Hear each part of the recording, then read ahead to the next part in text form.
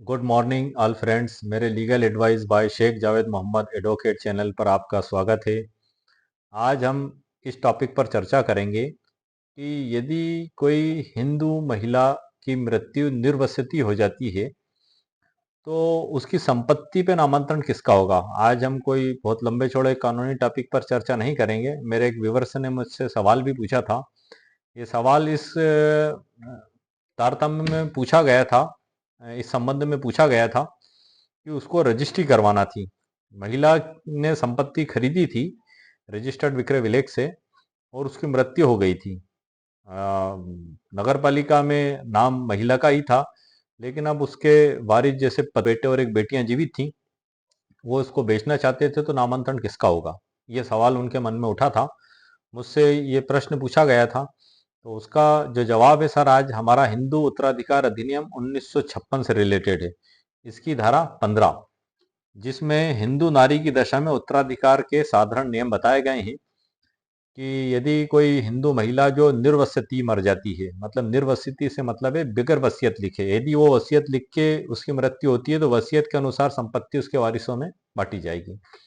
लेकिन यदि वो निर्वसति उसकी मृत्यु हो जाती है तो हिंदू उत्तराधिकार अधिनियम 1956 की धारा 15 के तहत उसकी संपत्ति को बांटा जाएगा और उसमें सबसे प्रथम अधिकार उसके पति और बच्चों का ही होगा।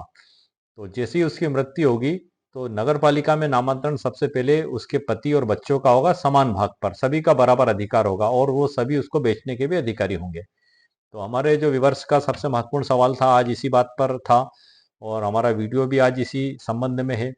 और इसमें हिंदू उत्तराधिकार अधिनियम 1956 की धारा 15 के संबंध में मैंने कुछ संक्षिप्त लेख भी तैयार किया है।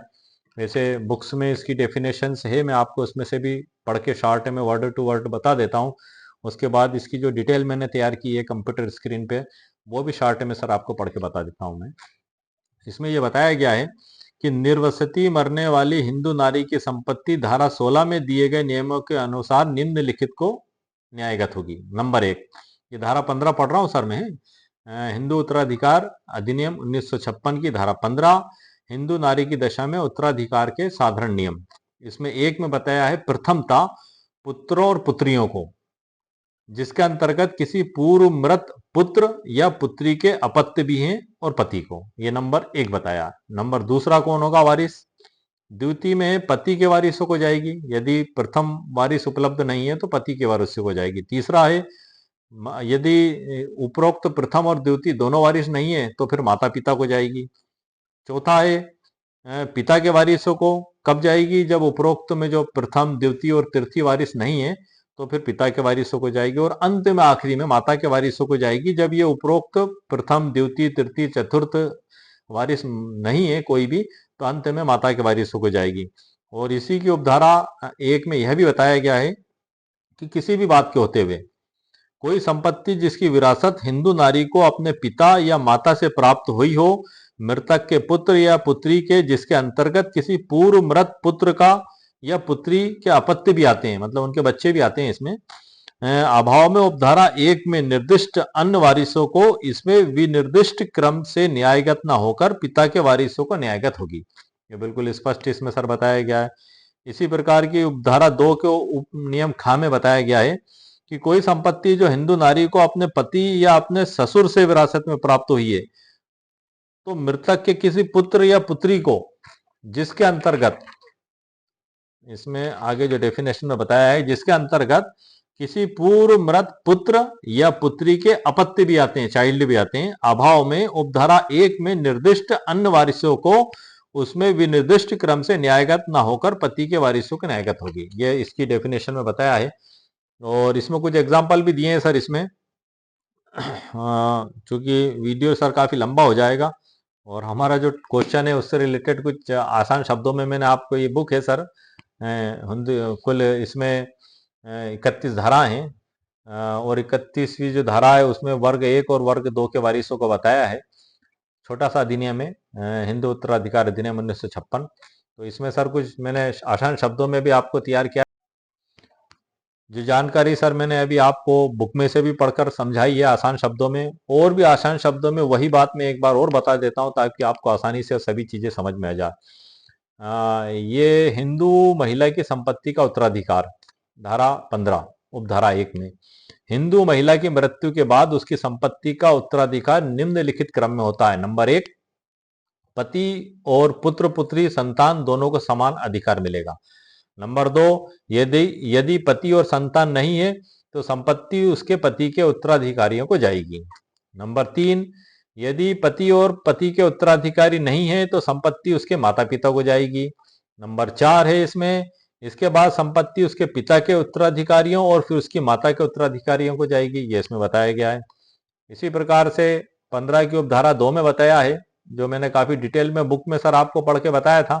ये मुश्किल से 4 लाइनों में मैंने इसको समझा दिया आसान में। यदि हिंदू महिला ने जो संपत्ति अर्जित की है, पैतृक संपत्ति माता पिता से प्राप्त है, तो यह संपत्ति उसके माता पिता के उत्तराधिकारियों की जाएगी, ना कि पति या बच्चों को। हिंदू उत्तराधिकार अधिनियम 1956 की धारा 15(2) में बताया है कि यदि हिंदू महिला ने जो संपत्ति अर्जित की है, पैतृक संपत्ति माता पिता से प्राप्त की है, तो वह संपत्ति उसके माता पिता के उत्तराधिकारियों को जाएगी, ना कि पति या बच्चों को। पति से प्राप्त संपत्ति है तो पति के उत्तराधिकारियों को जाएगी, तो इसकी धारा 2 में बताया गया है। तो इस मामले में जो मैंने आपसे वीडियो की शुरुआत में बताया था कि यदि महिला ने संपत्ति खरीदी है रजिस्टर्ड विक्रय विलेख से, तो उसकी स्वर्जित संपत्ति मानी जाएगी और धारा 15(1) लागू होगी और मृत्यु के बाद उसकी संपत्ति पति और तीनों बच्चों, एक बेटा और दोनों बेटियों के समान रूप से विभाजित होगी, जैसा कि मैंने वीडियो के प्रारंभ में एक उदाहरण रिवर्स का आपको देकर बताया था।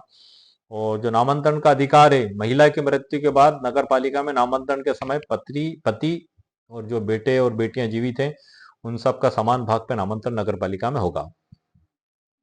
पति को संपत्ति में प्राथमिक अधिकार नहीं है, ऐसा नहीं है कि पति है तो वो प्राथमिक अधिकारी हो जाएगा। मेरे व्यूअर्स का यही सवाल था, उसका ये कहना था कि जैसे बेटियों की शादी हो गई है और बेटे कहीं बाहर काम कर रहे हैं तो हम सिर्फ पति का नाम ही करा देते हैं और पति संपूर्ण संपत्ति बेच लेगा। तो मैंने उनको इस बात की जानकारी दी थी कि हिंदू उत्तराधिकार अधिनियम 1956 की धारा 15 के तहत सभी समान अधिकारी हैं और उनका सभी का समान नामांतरण करवाना भी सर आवश्यक है, क्योंकि नामांतरण समान आवश्यक करवाना इसलिए आवश्यक है क्योंकि यदि हम किसी भी प्रकार से साठ गांठ करके या राजनीतिक प्रभाव बनाकर या किसी भी रूप से अगर हम नाम करवा भी लेते हैं एक व्यक्ति का, तो उससे कोई टाइटल प्राप्त नहीं होता। नामांतरण से मालकाना हक प्राप्त नहीं होता है। नामांतरण सिर्फ एक प्रतीक है कि हाँ ये कहीं से इनको मालिक हुए हैं जिस भी आधार पे, तो इसलिए इनका नामांतरण कर दिया गया, लेकिन उसको चुनौती भी दी जा सकती है। और सिविल जो है कि स्पेसिफिक रिलीफ एक्ट 1963 के तहत कोई भी व्यक्ति अदालत में दीवानी मुकदमा लगाकर रजिस्टर्ड विक्रय विलेख को भी शून्य करने का दावा लगा सकता है और रजिस्ट्री को अदालत के द्वारा शून्य भी कर दिया जाता है यदि वो विधि विरुद्ध तरीके से निष्पादित की गई है। तो नामांतरण कराना बड़ा महत्वपूर्ण कार्य नहीं है सर, इससे तो कानून की पेचीदगियां और बढ़ जाती हैं। व्यक्ति सोचता है कि हम एक शॉर्टकट अपना के सुलझ गए, उसको ऐसा लगता है कि आप बेटियों की शादी हो गई तो उनको ससुराल से कहाँ से बुलाएंगे हम, दस्तखत की उनकी जरूरत पड़ेगी, बेटे बाहर नौकरी में कहाँ से आएंगे। तो सर ये छोटी सी गलती एक बड़ा भारी नुकसान देके जाती है बाद में। फिर क्यों? क्योंकि आपने एक व्यक्ति का नाम तो करा लिया, जिस भी आधार पे जैसे भी कराया, झूठा शपथ पत्र दे दिया या कोई प्रभाव बना के आपने किया, मिसगाइड करके आपने नाम करा लिया। अब उस व्यक्ति के द्वारा जब संपत्ति बेची गई, रजिस्टर्ड विक्रय विलेख का निष्पादन भी हो गया। क्यों? क्योंकि जो रजिस्ट्री है एमपीआईजीआर की साइट पे जो होती है, रजिस्ट्रेशन एक्ट 1960 के तहत जो रजिस्ट्रियां होती हैं, तो उसमें जो जो डॉक्यूमेंट्स लगते हैं उसमें नगर पालिका का भवन प्रमाण पत्र नेसेसरी होता है। और उसके बाद फिर अगर वो रेवेन्यू की भूमि है, जैसे कि कृषि भूमि में दर्ज है, तो खसरा भी हो, नक्शा, ऋण पुस्तिका और नक्शा, ये सभी चीजें जब आप अवेलेबल कराते हैं रजिस्ट्रार ऑफिस में, तो रजिस्ट्रार महोदय के द्वारा उसकी रजिस्ट्री कर दी जाती है। क्योंकि ये कानून में भी स्पष्ट लिखा हुआ है कि रजिस्ट्रार महोदय को स्वत्व की जांच करने का अधिकार नहीं है। वो सिर्फ डॉक्यूमेंट्स के आधार पे जो प्रथम दृष्टया प्रतीत होता है, तो उसमें वो रजिस्टर विक्रय विलेख का निष्पादन वो कर देते हैं।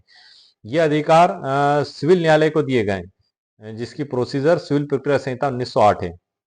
तो अब यदि आपने नाम करवा भी लिया और एक व्यक्ति ने जमीन बेच दी और दूसरे व्यक्ति ने खरीद ली, अब कल से कोई डिस्प्यूट पैदा हुआ सर, उन्हीं के वारिसों में कोई विवाद पैदा हो गया, उन्होंने अदालत में चुनौती दे दी कि ये पूरी संपत्ति जो है कि हमारे पिता को बेचने का अधिकार नहीं था, इसके कानूनी उत्तराधिकारी हम भी हैं, उन्होंने अदालत में दावा लगा दिया, या उन्होंने नहीं लगाया, उनके बेटों ने लगा दिया उनके मृत्यु के बाद। तो कहाँ की चीज कहाँ जाके रुकेगी सर?